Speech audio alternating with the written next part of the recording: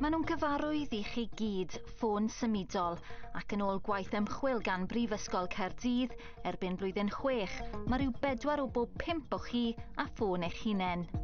Rydw i'n defnyddio fy ffôn am fel textio pobl a'i chwarae gemau a'i gwylio fideos. Pethau positif yw fel wyt ti'n gallu fel mynd ar pethau cael hwyl a wyt ti'n gallu fel siarad i ffrindiau.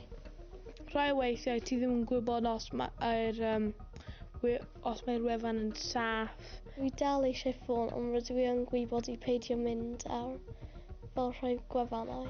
Cafodd 32,000 o blant 7 i 11 i holi fel rhan o'r ymchwil. Dywedodd 43% o blant blwyddyn 3 bod ganddyn nhw eu ffôn clyfar eu hunain, a bod bron i hanner, 48% yn defnyddio apiau neu wefannau cyfryngau cymdeithasol sawl gwaith yr wythnos, neu bob dydd. Yn ôl safleoedd fel Instagram neu TikTok, dyle neb o dan 13 oed ei defnyddio nhw.